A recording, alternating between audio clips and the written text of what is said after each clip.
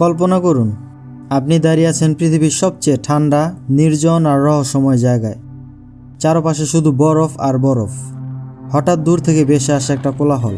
ছোট ছোট কালো সাদা রঙের প্রাণী টলমলো পায়ে হেঁটে চলছে, মাঝে মাঝে পিছলে পড়ছে, আবার উঠে দৌড়াচ্ছে। এরা আসলে পেঙ্গুইন, পৃথিবীর সবচেয়ে কৌতুকপ্রিয়, সাহসী আর অদ্ভুত প্রাণী। এদের গল্প শুধু হাসির নয়, এটা বেঁচে থাকার, ভালোবাসার আর অদম্য সংগ্রামের গল্প। আজ আমরা ডুব দিচ্ছি পেঙ্গুইনের জগতে, ইতিহাস থেকে ভবিষ্যৎ, এদের সব কিছু জানবো এই ভিডিওতে। তৈরি হন এই গল্পে হারিয়ে যেতে। পেঙ্গুইন একটি আকর্ষণীয় এবং অনন্য প্রজাতির পাখি, যদিও এরা উড়তে পারে না। এদের শরীরের গঠন এবং জীবনধারা সম্পূর্ণরূপে তাদের পরিবেশের সঙ্গে খাপ খাইয়ে গড়ে ওঠা, বিশেষ করে ঠান্ডা সমুদ্র এবং বরফ আচ্ছাদিত অঞ্চলে। পেঙ্গুইনের ডানা, যা দেখতে অনেকটা পাখির ডানার মতো, এইসব ডানা উড়ার জন্য নয়, বরং এগুলো সাঁতার কাটার জন্য অত্যন্ত কার্যকর। এই ডানাগুলোকে ফ্লিপার বলা হয়, যা পানিতে প্যাডেলের মতো কাজ করে। তাদের দ্রুত এবং দক্ষতার সঙ্গে সাঁতার কাটতে সাহায্য করে। সমুদ্রে তারা এতটাই সাবলীলভাবে সাঁতার কাটে যে মনে হয় তারা পানিতে উঠছে।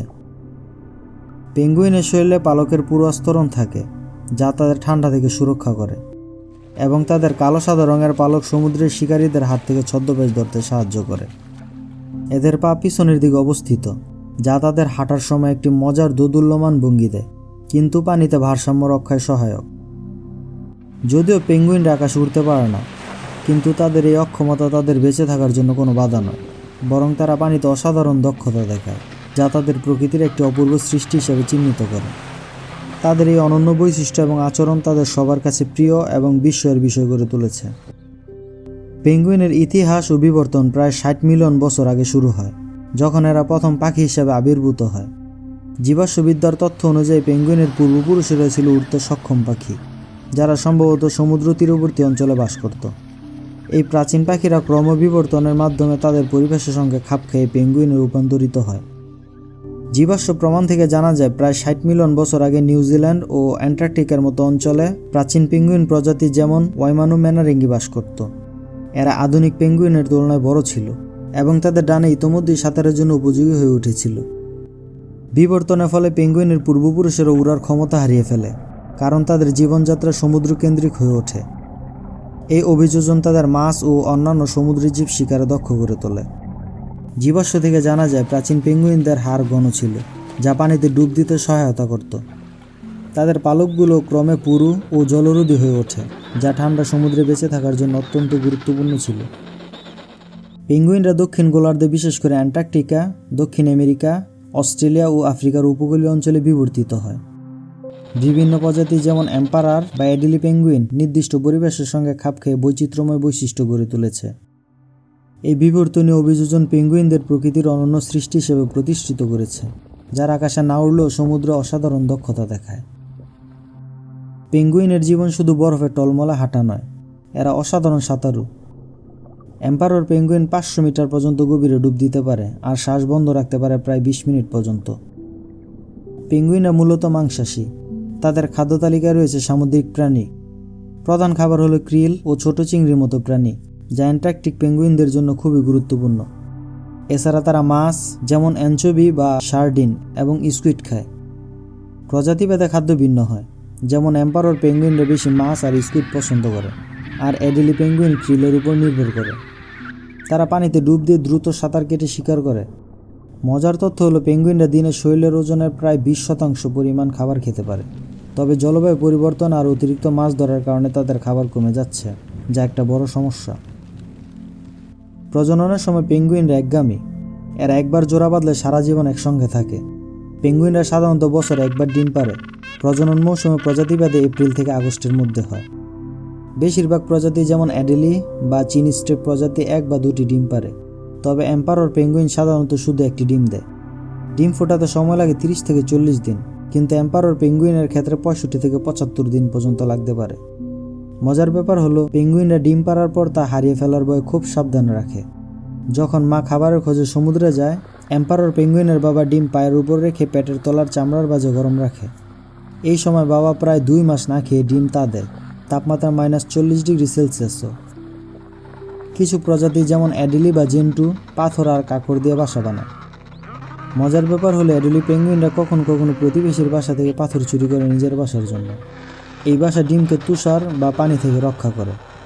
ডিম হারানোর হার বেশি হতে পারে কঠিন আবহাওয়ায়, শিকারী যেমন স্কুয়া পাখি বা অনভিজ্ঞ পেঙ্গুইনদের কারণে।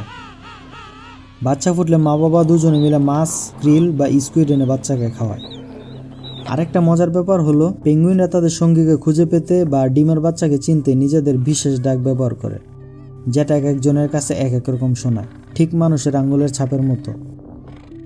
পেঙ্গুইনদের এই ডিম পাড়া আর রক্ষার প্রক্রিয়া দেখলে বোঝা যায় তারা কতটা অসাধারণ অভিযোজন ক্ষমতা নিয়ে বেঁচে থাকে। আপনারা শুনলে অবাক হবেন, অ্যাডেলি পেঙ্গুইনরা তাদের সঙ্গীকে প্রপোজ করার জন্য সবচেয়ে সুন্দর পাথর উপহার দেয়। তবে কোনো পুরুষ যদি তার সঙ্গীকে সুন্দর পাথর দিতে না পারে, এতে হয়তো তাদের প্রেমই হয় না। পেঙ্গুইনদের জীবন আমরা যতটা সহজ ভাবি ততটাও সহজ নয়। জলবায়ু পরিবর্তন তাদের বাসস্থান প্রতিনিয়তই ধ্বংস করে চলছে। অ্যান্টার্কটিকার বরফ গলছে, এতে সমুদ্র গরম হয়ে ক্রিল আর মাছ কমে যাচ্ছে, যেটা ওদের প্রধান খাবার, যার ফলে খাবারের অভাব হচ্ছে। এছাড়াও মানুষ অতিরিক্ত মাছ ধরার কারণে পেঙ্গুইনদের পেট ভরছে না। পর্যটন, জাহাজের শব্দ বা উন্নয়নের কাজে পেঙ্গুইনদের কলোনি বিরক্ত হয়, এতে ওদের ডিম পাড়া বা বাচ্চাকে পরিচর্যা করা কঠিন হয়ে যায়। তারপর আছে শিকারীদের হুমকি। স্কুয়া পাখি বা সিলেরা পেঙ্গুইনের ডিম আর বাচ্চা ছিনিয়ে নেয়। প্রজননের ব্যাপারটা একটা চ্যালেঞ্জ। এম্পারর পেঙ্গুইনরা একবারে মাত্র একটি ডিম পারে। জ্বর বা ঠান্ডায় ডিম নষ্ট হলে পুনরুদ্ধার প্রায় অসম্ভব। আর মজার তথ্য হলো অ্যাডেলি পেঙ্গুইনরা বাসা বানাতে যে পাথর চুরি করে, বরফ কমে যাওয়াতে সে পাথরও পাওয়া যায় না। এইসব কারণে 18টি পেঙ্গুইন প্রজাতির মধ্যে অনেকগুলো, যেমন আফ্রিকান বা গালাপাগোস পেঙ্গুইন, এখন বিপন্ন।